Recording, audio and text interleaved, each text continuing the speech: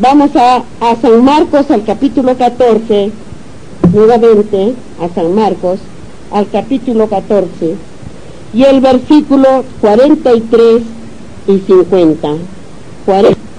Dice, él, aún vino Judas, que era uno de los 12, y con él mucha gente, con espadas y palos, de parte de los principales sacerdotes y de los escribas y de los ancianos. ¿Ven? Eso es lo que venían, armados venían, como si fueran a llevar ¿a quién? Y estaban llevando al autor de la vida de ellos mismos. Y sigue hablándonos en el versículo 50. Entonces todos los discípulos, dejándole, huyeron, hermanos. ¿Ves? Dejándolo, huyeron, hermanos.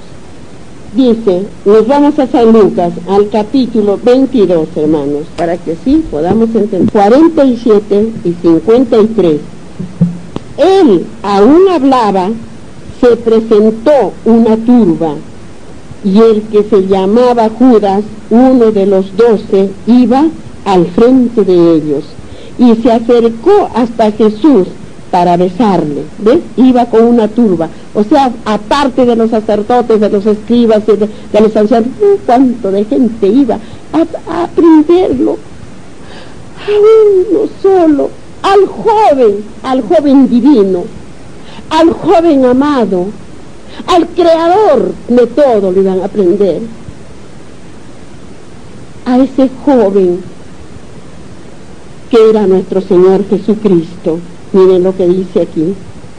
Y si leemos un poquito en el 48, entonces Jesús le dijo, Judas, ¿con un beso entregas al Hijo del Hombre?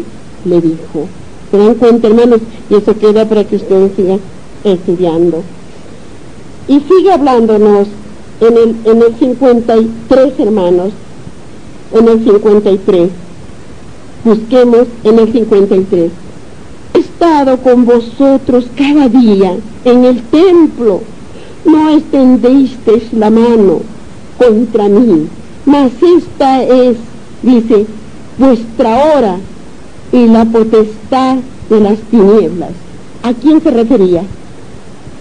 ¿A quién se refería que era la hora y la potestad de las tinieblas? Para todos aquellos, hermanos, lo que estaban haciendo a vuestro Dios. Por eso les digo, miren, ¿ves? Habiendo estado con vosotros cada día en el templo, no extendisteis la mano contra mí, mas esta, dice, mas esta es vuestra hora, dice, a la potestad de las tinieblas, o sea, la hora de aquellos que lo estaban aprendiendo a vuestro Dios. Era la hora de ellos, les llegaba la hora, porque cuando estaban con él no hicieron nada, pero después él estaba llegándoles la hora, hermanos. Amén, hermanos. Vamos a Juan, al capítulo 18. Al capítulo 18 en Juan, y el versículo 2 y 11. 2 y 11. Dice vuestro Dios, la palabra bendita del amado Dios, dice, y también Judas, el que le entregaba, conocía aquel lugar, porque muchas veces Jesús se había reunido allí con sus discípulos. Claro, sabía muy bien, porque muchas veces fueron a orar ahí. Muchas veces, hermanos, fueron a orar a ese lugar, a Getsemaní. Dice, ¿no? Y en el versículo 11, dice, Jesús entonces dijo a Pedro, mete tu espada en la vaina, la copa que el Padre me ha dado, no la he de beber. ¿Qué le quiso decir ahí, hermanos? Eso, a ver, si leemos un poquito, más arribita de el 10. Entonces Simón Pedro, que tenía una espada, la desenvainó y hirió al siervo, ¿de quién? De los sacerdotes que venían a aprender a vuestro Señor. hirió al siervo del sumo sacerdote, ¿ve? Y le cortó la oreja derecha, y el siervo se llamaba Malco. Y entonces ahí es cuando le habló vuestro Dios Jesús, le dijo que metiera porque estaba pecando. No tenía que tentarlo en nada. Por eso que muchas veces le dijo a Pedro, le dijo, sal de aquí, le dijo Satanás, que ya se estaba adentrando en Pedro, para tentarlo a vuestro Dios. Cuando estaban los tres, cuando lo llevó a orar al monte de los olivos, cuando lo llevó a Getsemaní, no se aparecieron tres, era vuestro Dios, nuestro Señor, Moisés y Elías. Y Pedro vio y le dijo, ay, qué bien que estamos aquí haremos tres chozas, una para ti, una para Moisés, una para Elías, y que ahí estaban bien. Y le dijo, apártate de mí, Satanás. ¿Por qué no tenía que entrometerse? Él era para tentarlo. El Señor que tenía que cumplir todo, todavía no entendía que Él era Dios, lo estaba tentando. Por eso es que le dijo, apártate de mí, a Pedro, hermanos. Es lo que tenemos que entender en la palabra divina de vuestro Dios, ¿no?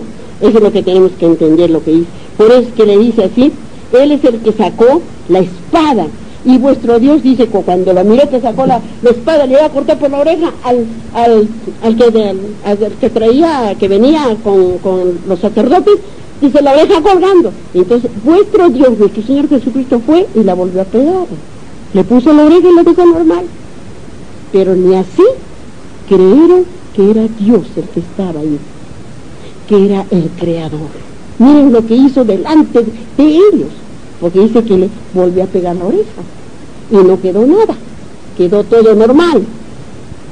Podemos imaginar cuánta ceguera había entonces. ¿Y cuánto hay ahora, hermanos, que no creemos? Dudamos, decimos, no, ¿qué va a ser? Dudamos. Amén, hermanos, amén. Nos vamos a San Lucas, en el capítulo 19 y el versículo 47. Dice así la palabra de Dios.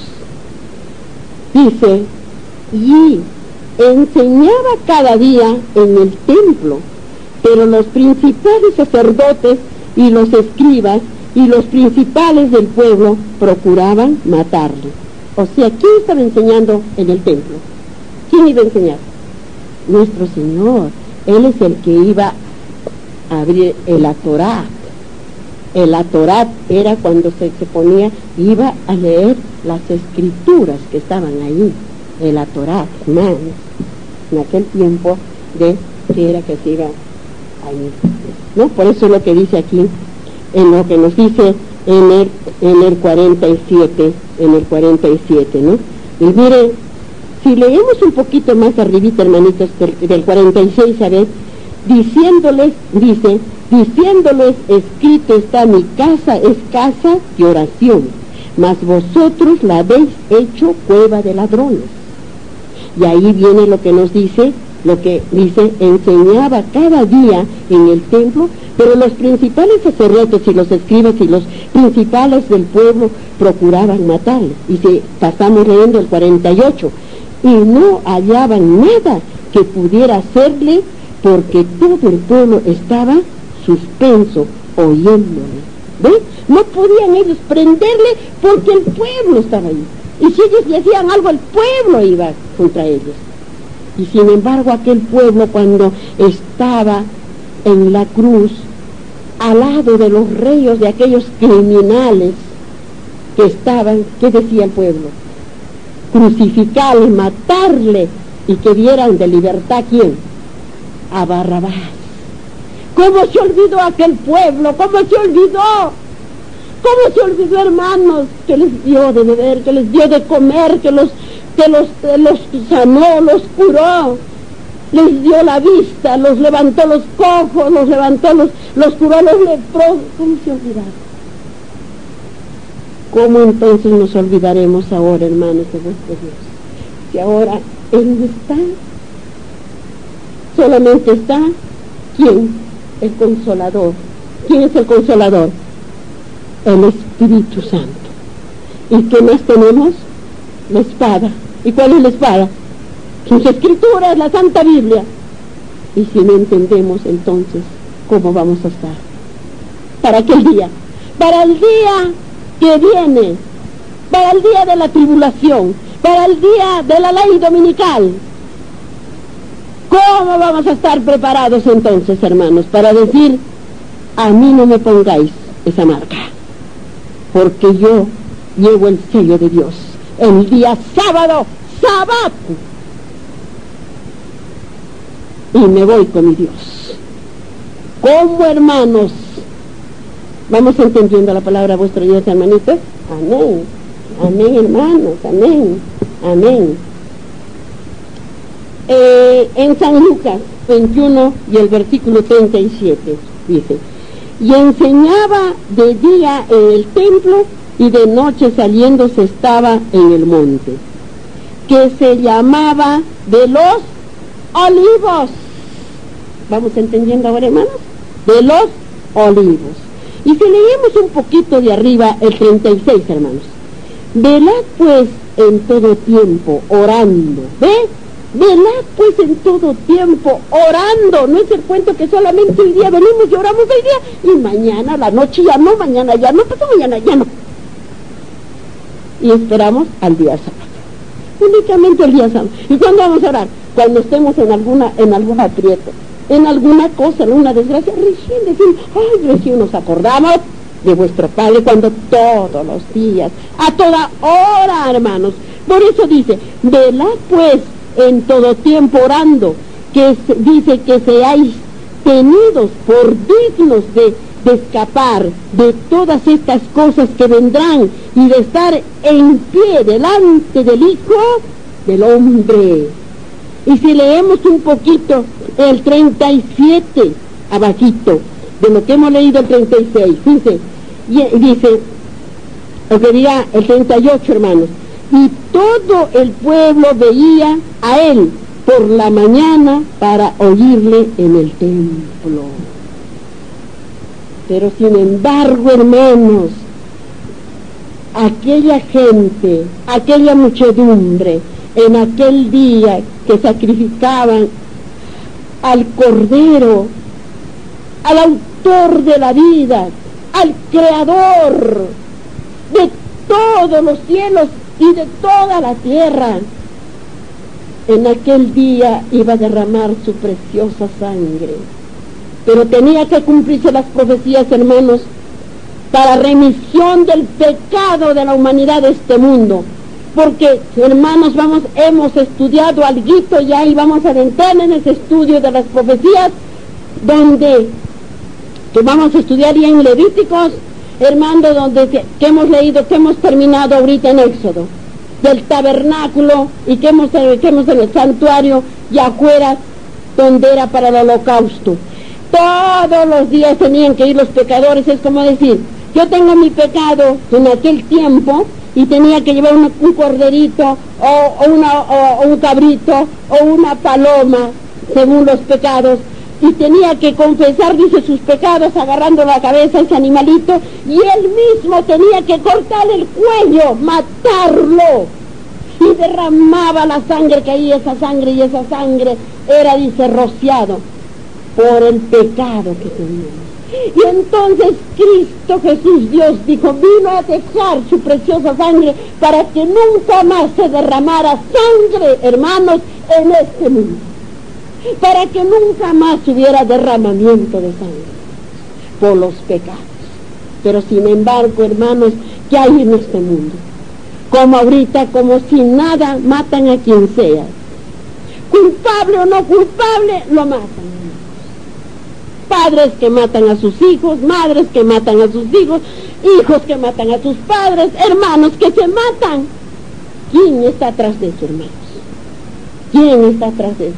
Si el autor de la vida pagó por todos nosotros los pecadores, fue que derramó su preciosa sangre por todos nosotros, hermanos. Pero hay el gran pecado que nos hizo cometer a nuestros padres antepasados, que era Adán y a Eva. ¿Quién? Satanás. Y Satanás está atrás de todo, tras de que maten, tras de que mientan, tras de que roben, tras de que hagan adulterio, tras de que altaneros, soberbios, tras de que se aparten de Dios. Que el día sábado, no, yo tengo que hacer mucho hoy día, no, siempre hermano fulano, tengo que hacer. Tras de eso, hermanos, ¿qué estamos haciendo, hermano? Si vuestro Dios dio la vida por nosotros, ¿nosotros qué estamos dando? Un día, hermanos, un día a la semana, un día. Pero durante la semana, hermanos, nos acordamos de vuestro Dios. Estamos orando de rodillas, estamos escudriñando su palabra que está en las Santas Escrituras, que es nuestra espada, que no entrará nada, nadie vendrá a hacernos daño, así vengan miles de ejércitos adelante, si nosotros estamos con la palabra de Dios. Pero no hay tiempo, porque el tiempo no los gana, el otro es el bandido, el otro es el que mil de cosas, dice que en estos tiempos últimos está, dice, como el león, rugiendo, hermano, rugiendo desesperado, no está por todo lado, no haya cómo meterse, y no solamente meterse uno, sino legiones, hermanos.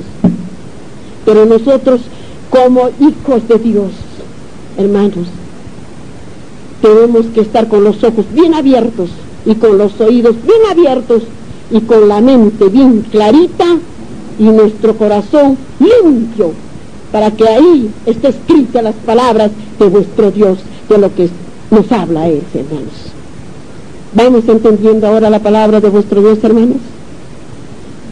Creo que más claramente vuestro Dios nos puede estar hablando de lo que nos habla aquí, hermanitos. Hermanitos, yo tenía preparado, que hemos estado estudiando, los esposos. Vamos aquí a tener sierva de Dios que también está esperando también el día de la venida, y ahí nos encontraremos, porque también dirá, también escudriñaste lo que Dios me reveló en visión, porque todos sus libros, hermanos, estamos en las joyas de los testimonios. Habíamos escudriñado de los esposos, cómo es que tenemos que vivir y todo cómo tenemos que hacer. Habíamos estudiado en la página 67, ahora quería hacer 96. Vamos a seguir de la 96, el secreto de la felicidad,